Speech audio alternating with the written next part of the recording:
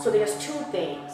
There's intention. Intention is not the end all to be all. It is just a one of the prime components. Yeah. So you have intention, but then you also have frequency. Yeah. You know, and what that span encompasses. I love that you said that, and that's so important because we're in a time now where people are talking about taking back certain words. And changing the meaning of them. But when you talk about a frequency being attached to a word, as you were speaking, I thought about the B word that people use very loosely to talk to one another. I don't. It's never resonated with me. But don't ever call me that, girl. Don't ever. It's like even a dog. You my dog. That doesn't feel the same as if you say to me, "You are such an important part of my life. I consider you to be one of the closest people to me. You are my best friend. I know that you have my back, Right. no matter what's going on." There is a different frequency that is attached to that than there is to me saying, "You my dog." Right. You know, it's like, "You my dog." So what does that mean? So I love that you said that, because if there's a certain frequency attached to a word, okay, yeah, your intention might be different. But still, we're looking to take it higher because we're stepping into a place of awareness and enlightenment and the levels at which we understand things. And you talked about the DNA strands. And I had something that came to me when you were saying that. You talked about a child. And we talk about unless you become like a child in your heart, you can't enter into the kingdom. And these are when things affect us the most, when we're children. It's like, this is the example that came to me. As a child, I heard so many times, "No, we can't afford that. No, you can't have that because we can't afford it." So it was something that I desired. And then I heard all the time, "No, we can't afford it. We don't have enough to be able to get that. No, you can't get that right now." So because that was encoded into me, that was encoded, as an adult, things that I desired, it became, "No, I can't afford that. No, I don't have enough money for that." So I continue to Operate from that same space, that right? same cycle continue to be repeated. It's like when a child is a child and the parent or the mother says, "You just like your no good pa. You ain't gonna never be nothing. You just like your pa." And so that plays over and over in your mind, and then you get with a girlfriend who says to you, "You ain't no good. You're never gonna be nothing." So it's the same words being printed. And even though you want to be the best, you fight against this faulty belief system that has been encoded in you from the time that you're a child. And so now how do we erase those programs that no longer serve us and that are hindering us from truly being co-creators in the process of manifesting the reality that we truly do desire to have? Absolutely. Again, for me, it's the beginning is examining our choices. Yes. Can you say that again? Examining our choices. Yes. And being brutally honest with who we are in that moment, what we're choosing, and where we honestly want to go. And examining our choices now, because we always have a choice. We do. We may not always like the choices that we see, but we do have a choice. You know, and I don't even believe those choices are even limited to what we think is undesirable. It's just that wherever we are, we have perceptual markers that have placed a ceiling, at least in that moment, as to what we can access. And one of the things that I love to say in my counseling and when I'm speaking to my children is opposition is an opportunity. It's an opportunity for imagination and co-creation. So, and an opportunity to make a different choice. Exactly. So, you know, two O's, two different outcomes. Opposition, opportunity. The choice is yours. Is the glass half full or is the glass half empty? You know, and that's what it boils down to. Do you trust faith?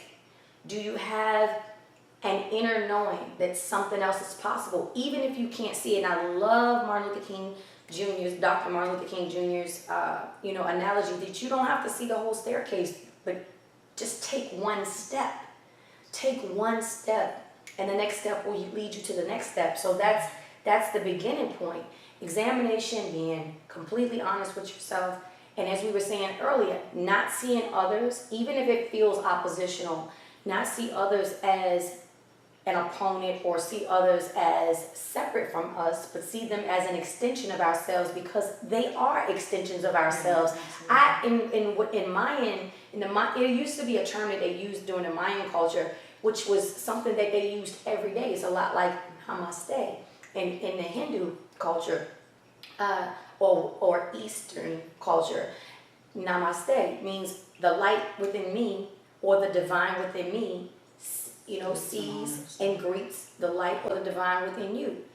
But on that same line, what the Mayans took it a little bit deeper, is they said, in Lakesh. In Lakesh is, I am another you, and you are another me. And this is what they acknowledged. What I noticed, as far as building on what we were saying about frequency and changing how we're experiencing something, with the yo dog, or hey, what's up, you might, and the B word and all of that, I don't resonate with that. I never had, with dog, I grew up in New York. We have a lot of different slang terms that came up in the hip-hop culture, sub-hip-hop culture, but not the B thing. I never could even, I just couldn't get with it. It just didn't feel right in my spirit. But what I noticed is that if I greet someone, namaste, or if I begin a conversation with someone in Lakesh, it literally attunes me to a different energy. And it sets the tone, and it creates the vibration, or co-creates the vibration, or accesses a particular portal at that time that may not have been open. Well, I've never heard that term in Lakesh, but when you said it, I immediately felt it.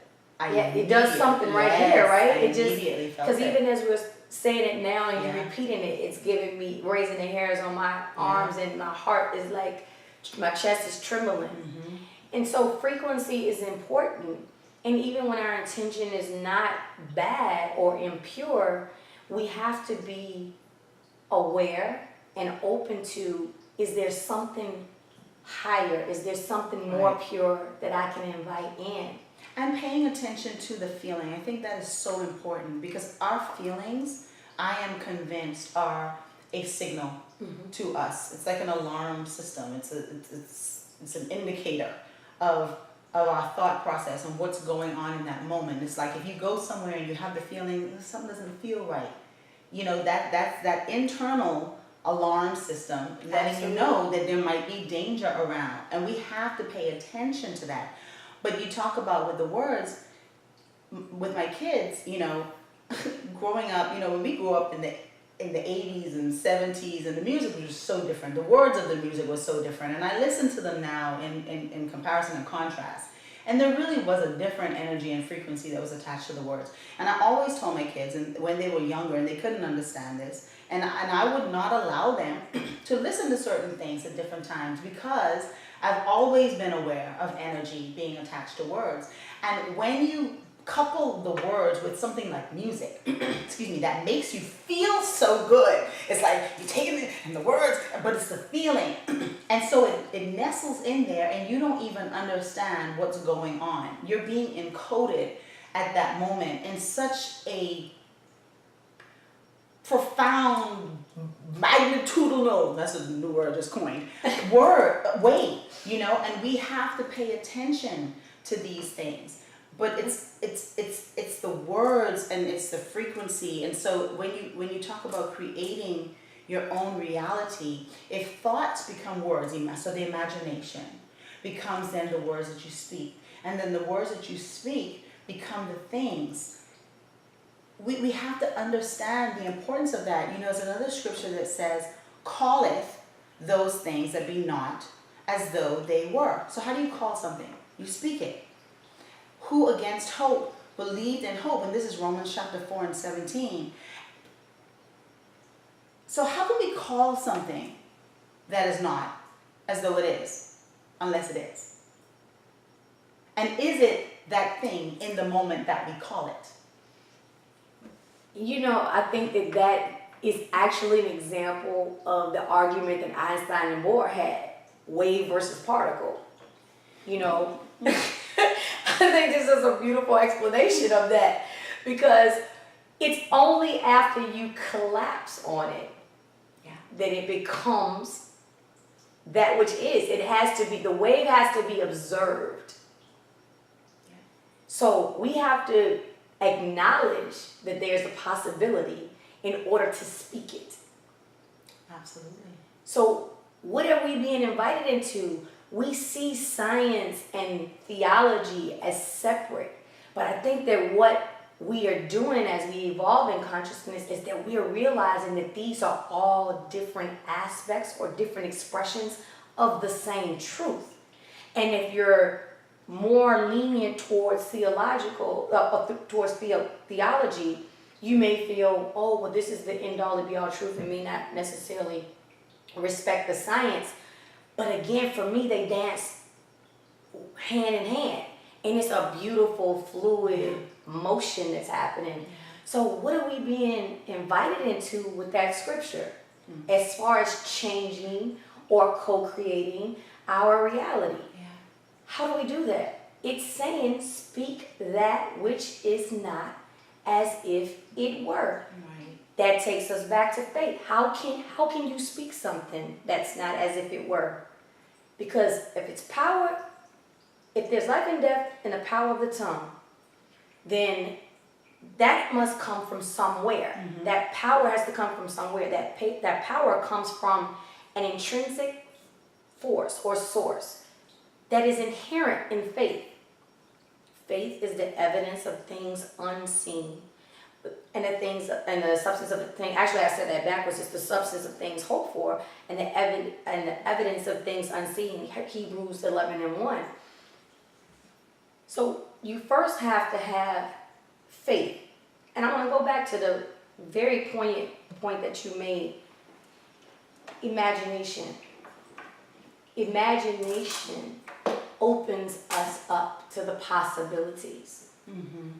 The possibilities allow us to access frequencies that impregnate into our bodies, align through a sacred geometry, and settles in our spirit as an inner knowing.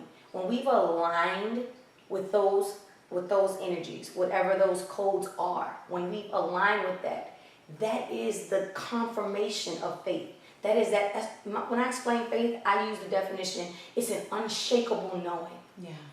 That settles with you. You just know that you know that you know. Spirit tells you, be still and know that I am God. Right. Know that you know that you know.